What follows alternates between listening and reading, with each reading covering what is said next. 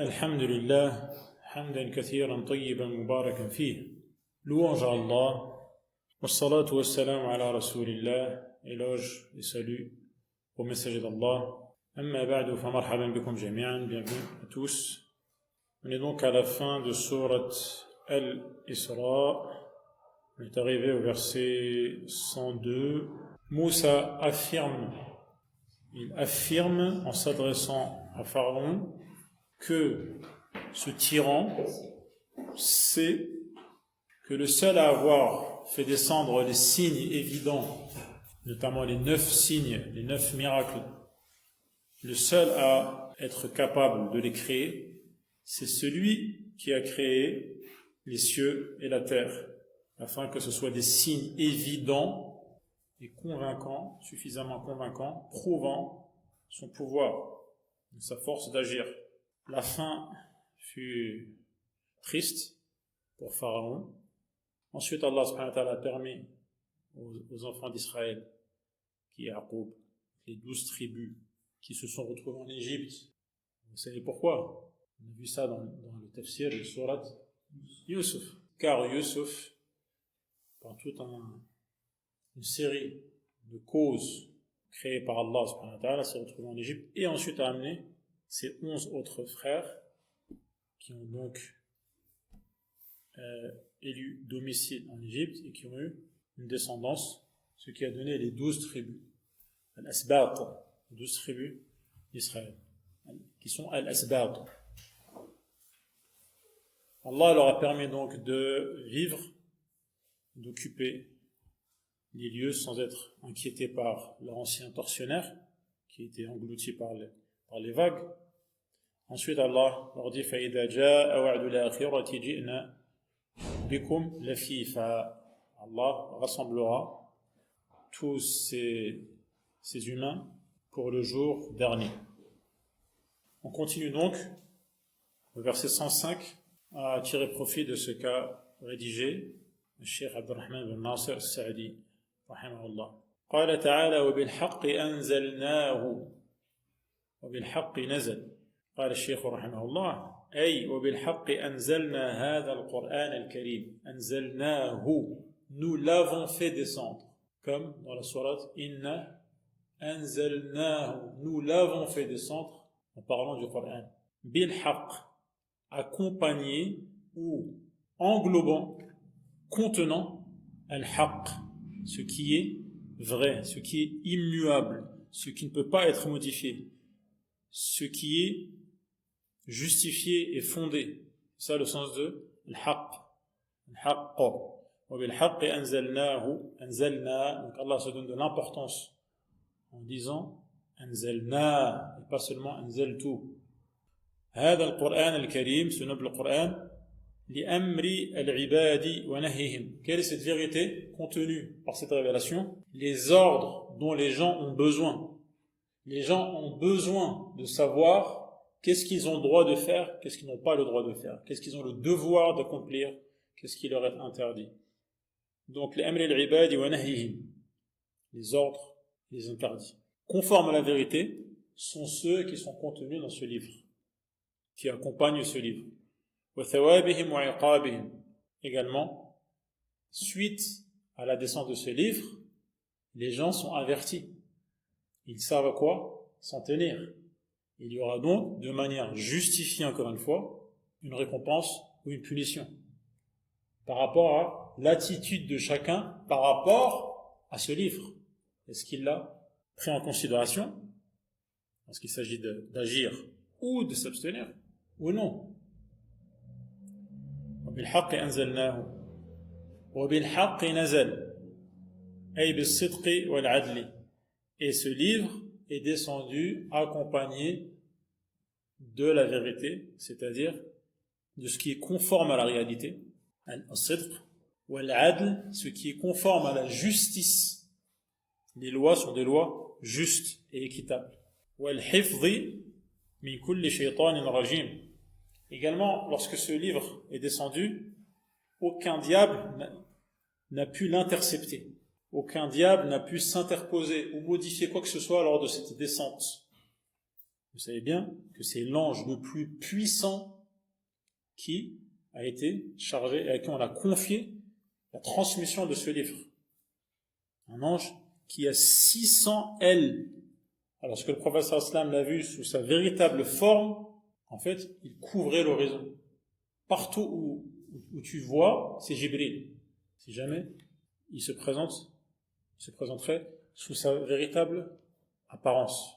Donc, bil haqqi nazal, il est descendu et cette vérité, ce haqq est préservé de tout diable lapidé. Wal hifdh min kulli shaytanin rajim.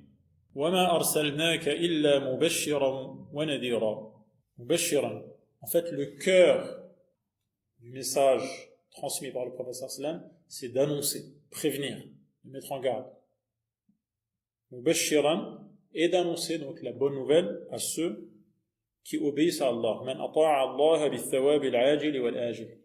Leur annoncer qu'une bonne nouvelle les attend de manière immédiate dans cette vie, ici-bas, et dans l'au-delà également. Wa nadiran. Le prophète sallam a également pour mission de mettre en garde, de prévenir. Nadiran, prévenir qui? Liman asa Allah, ceux qui désobéissent à Allah, que un châtiment, une punition les attend immédiatement, anticipé et en différé dans l'au-delà. بالعقاب العاجل والآجل ويلزم من ذلك بيان ما يبشر به وينذر. Si le prophète sallam est en vérité quelqu'un qui annonce ce qui fait plaisir ou ce qui fait peur, cela signifie qu'il va détailler quelle est cette récompense. Et c'est effectivement ce que contient le Coran et le Hadith. Le détail de cette récompense. Qu'est-ce qu'il y a au paradis? De manière détaillée. Qu'est-ce qu'il y a en enfer? De manière détaillée. Des détails qu'on ne retrouve que dans cette religion. Comme dit Cheikh al-Islam Ibn Taymiyyah. Les détails de ce qu'il y a dans l'au-delà, les détails les plus précis sont ceux qui sont dans les textes de l'islam. Ils sont plus détaillés que les textes des peuples qui nous ont précédés. قال تعالى وقرآنا فرقناه لتقرأه على الناس على مكث. قال الشيخ رحمه الله أي وأنزلنا هذا القرآن مفرقا. Donc ici فرقناه signifie premièrement que le Coran n'est pas descendu d'une seule traite. Et tous les versets ne sont pas descendus en même temps. Le Coran est venu de manière progressive et de manière fractionnée. Il y a certains versets qui descendent, ensuite d'autres, parfois une sourate entière, parfois un verset, tout au fil des 23 années. Mufarraqan. Donc ça c'est le premier sens de faraqana. Le deuxième sens, c'est fariqan bayna al-huda wa al-dalal. Lui-même, le Coran, il est fractionné, il est descendu de manière partielle, petit à petit, et lui-même fractionne, c'est-à-dire qu'il fait la distinction et la fracture, pour être précis, la fracture entre ce qui est vrai et ce qui n'est pas vrai. Donc, faraqna dans le sens de fraction, fragmenté, et dans le sens également de fracture. D'accord? Il fait la distinction entre le chemin à suivre, qui est le bon, et les chemins qui sont des fausses routes et des voies sans issue. Qui mènent à nulle part, qui ne mènent nulle part. Ce qui est vrai, ce qui ne l'est pas. فرقناه لتقرأه على الناس على مكث أي على مهل أو مهل.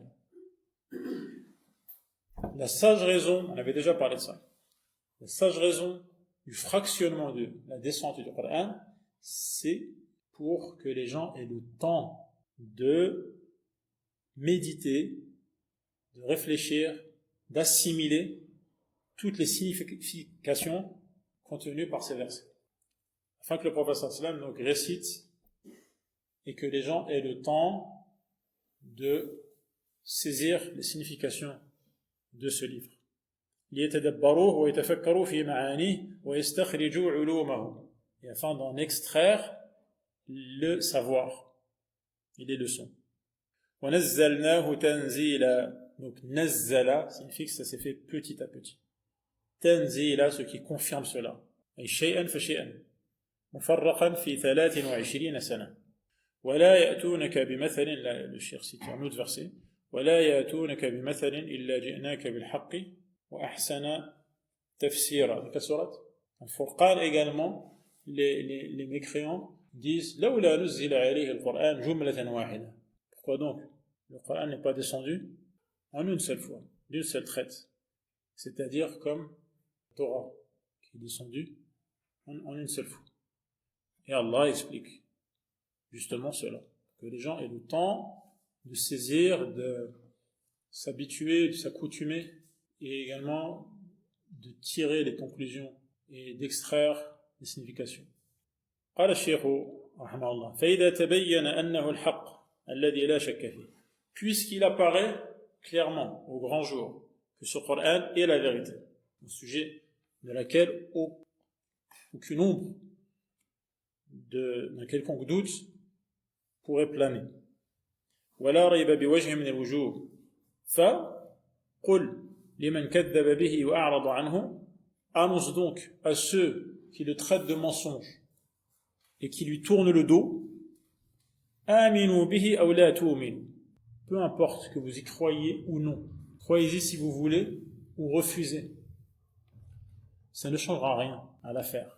آمنوا به أو لا تؤمنوا فليس لله حاجة فيكم. Car de toute manière Allah n'a pas besoin de vous. Allah n'a pas fait descendre ce livre parce qu'il a besoin que les gens y croient. Il n'en a pas besoin. Ce n'est pas un besoin. Ce n'est pas une nécessité. وإنما ولستم بضاريه شيئا. Aucun mal venant de votre part ne saurait atteindre Allah de toute manière.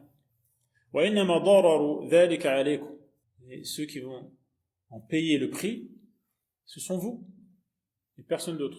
فإن لله عبادا غيركم إن لله عبادا غيركم وهم الذين آتاهم الله العلم النافع. À ces gens-là qui tournent le dos au Coran, il est dit, même si vous n'y croyez pas, qu'est-ce que ça change?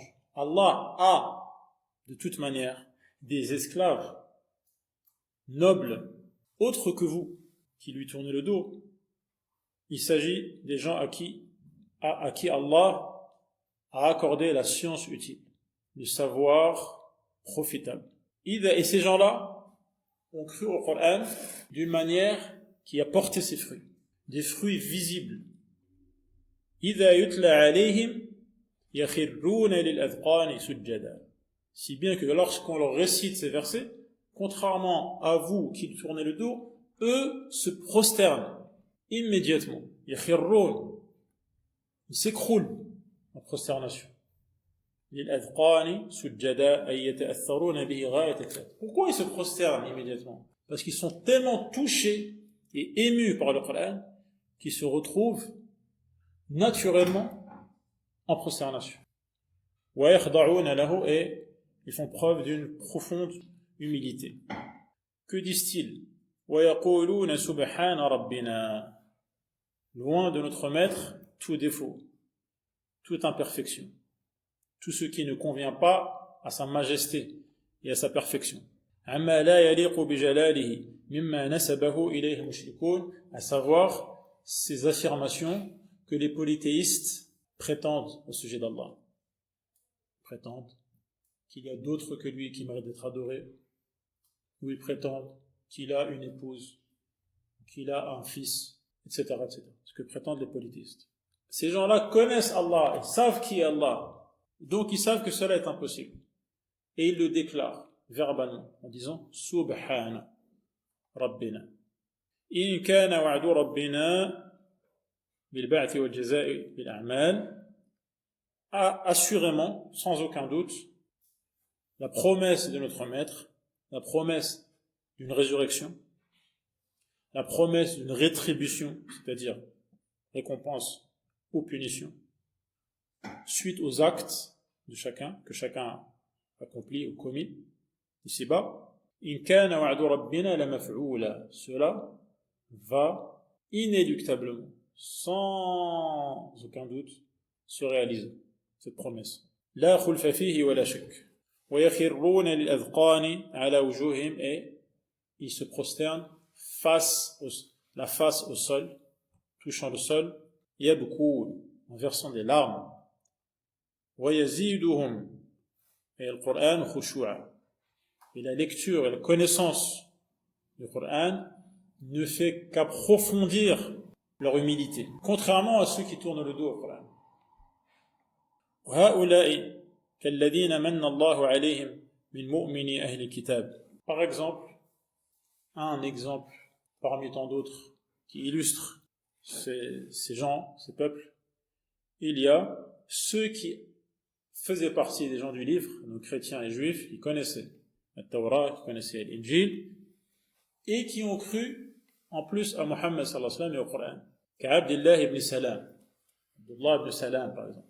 Abdullah ibn Salam, c'était un rabbin, connaissait la Torah. Il savait qu'un prophète allait arriver. Il se trouvait à Médine, il savait qu'il allait venir de cet endroit-là. Et les juifs de Médine savaient qu'un prophète allait apparaître.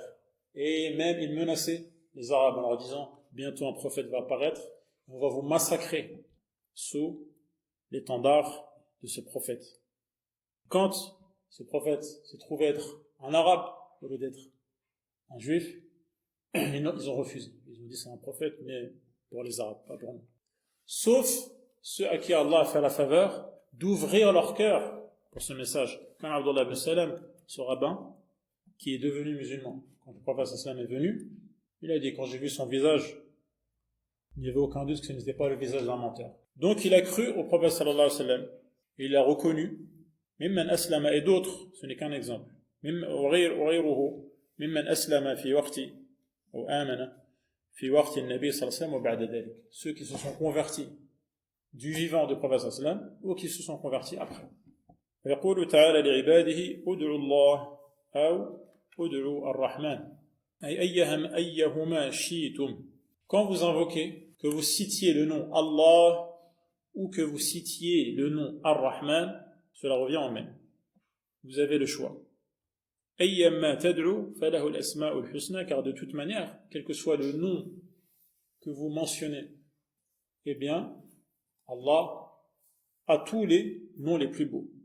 أي ليس له اسم غير حسن. Tous ces noms de toute manière sont beaux et sont même les plus beaux. Husna, ça veut dire les plus beaux. أي حتى ينهى عن دعائه حتى ينهى. نعم. ليس له اسم غير حسن حتى ينهى عن دعائه به. Il n'y a pas un nom d'Allah qui ne soit pas beau, si bien que si cela aurait pu être le cas, il y aurait l'interdiction d'employer ce nom lors du dua. Mais ce n'est pas le cas, car chacun de ces noms est beau. Donc, mentionnez le nom que vous souhaitez, car de toute manière, ce sera une bonne chose. بل أي اسم دعوتموه به حصل به المقصود والذي ينبغي أن يدعى في كل مطلوب بما يناسب ذلك الاسم. Cependant, ce qu'il y a de mieux à faire, c'est de mentionner le nom qui correspond à ce qu'on demande. Donc celui qui demande la force, parce qu'il passe par un moment de faiblesse, il demande la force, il dira Ya Qawi, en mentionnant le nom d'Allah qui évoque sa force. S'il a besoin de pitié, il dira Ya Rahman ou Ya Rahim, et ainsi de suite. قال تعالى ولا تجهر بصلاتك أي قراءتك. الصلاة ici signifie la lecture, la récitation. ولا تخافت بها. Donc, quand tu récites le Coran, ne le fais pas à trop haute voix, ni à trop basse voix, car dans chacun des deux cas, il y a des méfaits, des inconvénients.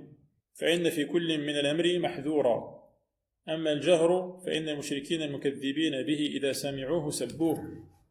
Si c'est à voix haute, au point où les polythéistes l'entendent, ils vont se mettre à l'insulter, parce que cela parvient à leurs oreilles.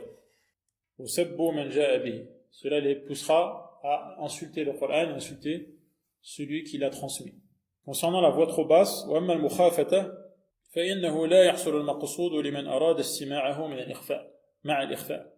si la voix est trop basse, celui qui veut l'écouter n'aura pas l'occasion d'écouter. Donc, cette occasion sera perdue. Il faut donc trouver le juste milieu dans le volume de la voix. وابتغي بين ذلك أي بين الجهل والإخفاء سبيلا أي تتوسط فيما بينهما وقل الحمد لله الذي له الكمال والثناء والحمد والمجد من جميع الوجوه. Et dit Alhamdulillah. Al ici signifie la plénitude. Al-Hamd. Al-Hamd, donc les éloges, ce qu'il y a de beau à dire comme compliment, la mention des qualités. Et donc, quelles qualités, quels compléments? Tous.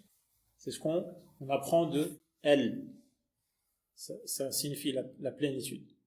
Al-Hamdu, Al-Kamal, donc la perfection. Pourquoi Allah mérite d'être complimenté et qu'on vante ses mérites et qu'on célèbre ses louanges? Parce que il a toutes les qualités de la perfection. Et comme il a toutes les qualités de la perfection, il mérite tous les compliments. Et il mérite toutes les formes d'adoration. Et ce mérite, il est exprimé par le lam, li, lillah. Alhamdu, donc tous les éloges, alhamdu, lillah, sont mérités. Donc le lam ici, c'est lam l'istihqaq. Istihqaq, ce qui est mérité. Lillah. Pourquoi? Parce qu'il a toutes les qualités de la perfection. Al-thana, wal-hamd, wal-majd, toutes les qualités de la majesté. Min jami' al-wujuh, de tous les points de vue. Quels que soient les angles de réflexion ou d'observation. Cela ne change rien. Al-munazzahu an kulli afatin wa naqs. D'une part, Allah a toutes les qualités de la perfection, et d'autre part, et ceci confirme cela, il n'a aucun défaut. Donc, il mérite toutes les formes d'adoration et de soumission, et d'éloge et de compliments. وَقُلِ الْحَمْدُ لِلَّهِ الَّذِي لَمْ يَتَّخِذْ وَلَدًا. Allah n'a jamais eu d'enfant. لَمْ يَتَّخِذْ وَلَدًا. Comme on avait déjà vu, Allah ne peut pas avoir d'enfant. Parce qu'un enfant, c'est ce qui est enfanté, c'est ce qui est engendré. Un enfant, c'est un résultat d'une rencontre entre deux éléments entre lesquels il y a une correspondance. L'homme correspond à la femme, et il en résulte un enfant. L'enfant, c'est le résultat de deux choses qui se correspondent et l'une convient à l'autre. Or, Allah subhanahu wa ta'ala n'a pas de pareil. Il est unique. Il ne peut pas avoir une épouse ou une compagne. C'est impossible. En plus, Allah subhanahu wa ta'ala est le créateur, et tout ce qui n'est pas Allah est soumis à Allah. Et donc un esclave d'Allah. Alors que l'enfant de l'homme libre, ne peut pas être un esclave. Il ne peut pas être son esclave. Plus forte raison. Donc, si Allah avait un enfant, il n'aurait pas été son esclave.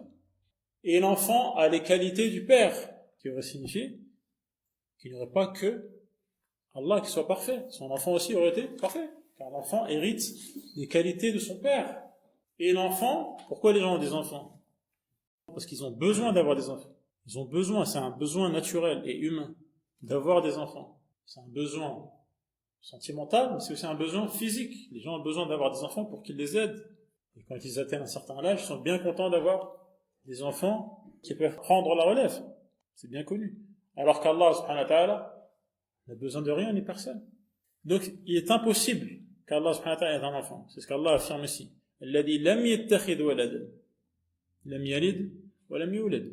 Premièrement. Deuxièmement, wa lam yakul lahu sharikun fil mulk. Il ne partage le pouvoir, la propriété, le fait que tout lui appartienne. Cette propriété n'est pas une copropriété. Il n'y a pas d'autres propriétaires avec lesquels il partagerait cette possession. Non. لم يكن له شريك في الملك. قال الشيخ بل الملك كله لله الواحد القهار. Il cite bien ces deux noms parce que c'est ce qu'implique cela. Allah est unique et il est celui qui soumet tout. Tout ce qui n'est pas Allah est soumis à Allah. Ce qui est soumis à Allah ne peut rien partager avec Allah. Il est lui-même soumis à Allah. Qu'est-ce qu'il va partager avec lui? Wahid al-Qahhar. Et il ne peut y avoir qu'un seul qui soit Qahhar. Parce que s'il est Qahhar, c'est-à-dire qu'il domine tout, cela signifie qu'il ne peut y avoir qu'un seul qui domine tout. Il ne peut pas y avoir deux qui dominent tout. Dominer tout, ça veut dire on est dominé par personne. Il n'y a qu'un seul qui peut avoir cette qualité. C'est pour cela qu'on retrouve dans le Coran Al-Wahid Al-Qahhar ensemble. Al-Wahid Al-Qahhar. D'accord? Et puisque la qualité d'Allah est d'être unique et de tout soumettre à sa force et sa majesté, son pouvoir, il ne reste donc personne qui pourrait lui partager avec lui ou lui disputer la possession et la propriété de cet univers, de cette création. فالعالم العلوي والسفلي, et donc cet univers céleste ou terrestre, كلهم مملوكون لله, sont tous la propriété d'Allah. Tout cet univers, dans toutes ses composantes, appartient à Allah. ليس لأحد من الملك شيء. Tous appartiennent à Allah et aucun ne possède quoi que ce soit en réalité. ولم يكن له ولي من الذل, أي لا يتولى أحدا من خلقه ليتعزز به ويعاونه. Allah ne cherche l'alliance d'aucune de ses créatures pour être plus fort, pour accroître son pouvoir. Il n'a pas besoin. وَلَمْ يَكُنْ لَهُ وَلِيٌّ مِنَ الذُّلِّ, qui le débarrasserait, qui l'aurait débarrassé d'une quelconque faiblesse, d'une quelconque humiliation ou imperfection. Allah a déjà ses qualités de perfection. لا يتولى أحدا من خلقه ليتعزز به ويعاونه فإنه الغني الحميد. Allah subhanahu wa ta'ala, nécessairement, c'est celui qui se dispense de tout.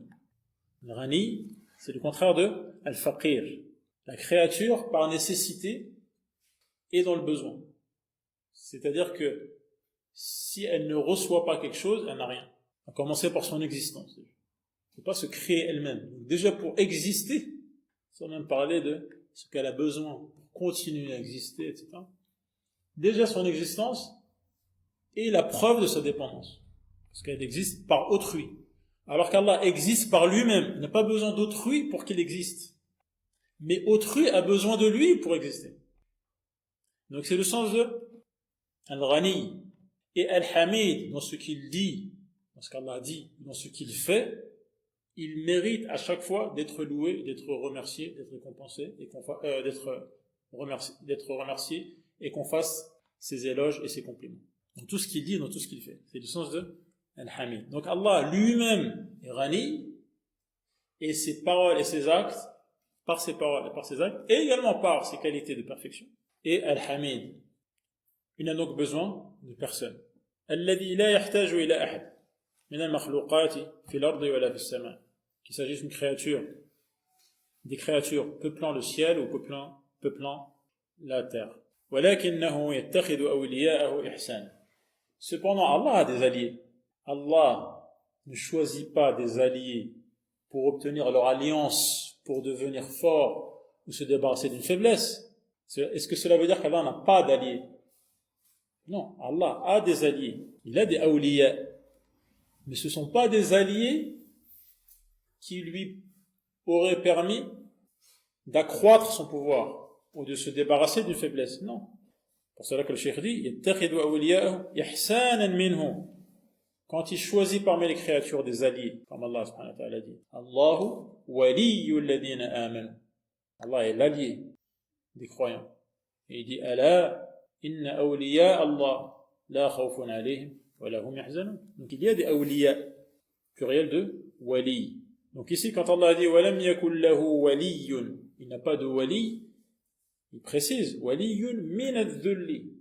Il n'a pas de wali dont l'alliance, dont la motivation ou la raison de cette alliance est de se renforcer, d'accroître sa force, son pouvoir, ou de sortir d'un état de faiblesse. Non. Alors quelle est la sage raison pour laquelle Allah a des awliya parmi ses créatures? C'est une faveur d'Allah, c'est une bonté d'Allah. Allah, par bonté, permet à certains de ses esclaves de se distinguer en atteignant le degré de wali, c'est-à-dire l'alliance qui est basée sur al-hubb wa al-nusra, c'est-à-dire qu'Allah les aime et eux-mêmes aiment Allah. Et ils font triompher les lois d'Allah, la religion d'Allah, et Allah les fait triompher par bonté envers eux, pas par besoin. وإحسانا منه إليهم ورحمة بهم. C'est la marque de sa bonté et c'est la marque de sa pitié. Allah subhanahu wa ta'ala dit Allahu waliyyul ladina amanu. Allah est le wali, c'est-à-dire qu'il aime et qu'il fait triompher, qu'il aide qui? Alladina amanu, ceux qui ont la foi, al-iman. Ce qui signifie que plus ils auront la foi et plus ils seront des awliya d'Allah. Yukhrijuhum min adh-dhulumati ila an-nur. L'effet de cette bonté, de cette pitié, c'est quoi? C'est notamment le fait que Allah les fait passer des ténèbres vers la lumière. Il les fait sortir, les extirpe, les arrache pour leur permettre de voir la vérité et la lumière. Yukhrijuhum min adh-dhulumati ila an-nur. Ensuite, la fin du verset et la fin de la sourate. وَكَبِّرْهُ تَكْبِيرًا. La fin de sourate al-Isra. وكبره تكبيرا وقل الحمد لله الذي لم يتخذ ولدا ولم يكن له شريك في الملك ولم يكن له ولي من الذل وكبره تكبيرا. Prononce sa grandeur, proclame sa grandeur. التكبير, dire Allahu Akbar. أي عظمه, ce qui signifie accorde à Allah l'importance qui est la sienne. عظمه وأجله, et proclame, déclare la majesté d'Allah. Bil-ikhbari bi-awsafihi al-azim. Comment concrétiser cela, ce takbir, au sens large, pas seulement dire Allahu Akbar. Comment concrétiser cela? En informant, en affirmant les qualités d'Allah. Quand tu affirmes les qualités d'Allah, tu les mentionnes, tu les cites, tu les exposes, tu les expliques. En fait, tu fais le takbir et tu exprimes, tu manifestes la grandeur d'Allah subhanahu wa ta'ala. بأوصافه العظيمة وبالثناء عليه بأسمائه الحسنى. Également en multipliant, donc الثناء, ça contient la notion de répétition, comme dans ithnan, thana, dire et redire quoi? Les noms d'Allah qui sont les noms les plus beaux. بالثناء عليه بأسمائه الحسنى. أسماء الحسنى comme الرحمن الرحيم الملك القدوس السلام. وبتمجيده بأفعاله المقدسة. On déclare en la majesté d'Allah en énumérant, en citant ses actions muqaddasa, qui ne contiennent aucun défaut.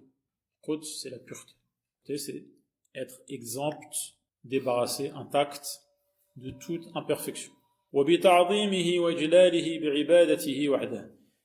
Une autre manière également de proclamer la grandeur d'Allah et sa majesté, c'est de n'adorer que lui, de concentrer l'adoration exclusivement en ne la vouant que pour lui. Wahdahu la sharika lah, en n'adorant personne d'autre que lui. Wa ikhlasi ad-din kullihi lahu, si bien que la religion, les formes de soumission sont épurées de tout ce qui les entache. قال الشيخ رحمه الله تم تفسير سورة الإسراء ولله الحمد والمنة. On arrive donc à la fin de l'explication de Surat al-Isra, le voyage nocturne. Grâce à Allah, à lui revient le mérite, والثناء والحسن, et les éloges répétés. على يد جامعه عبد الرحمن بن ناصر بن عبد الله بن السعدي. Donc le cher c'est As-Sa'di. Quand tu mentionnes sa généalogie, tu dis Ibn Sa'di. Donc c'est lui qui a compilé ce tafsir. غفر الله له ولوالديه ولجميع المسلمين. qu'Allah lui pardonne ainsi qu'à ses parents et à tous les musulmans. Amin. وصلى الله على محمد وسلم تسليما كثيرا. Éloge à Muhammad et salut répété. تسليما كثيرا. وذلك في 7 جماد الأولى سنة 44 و300 و1000. Donc cela a été rédigé il y a exactement un siècle et un an.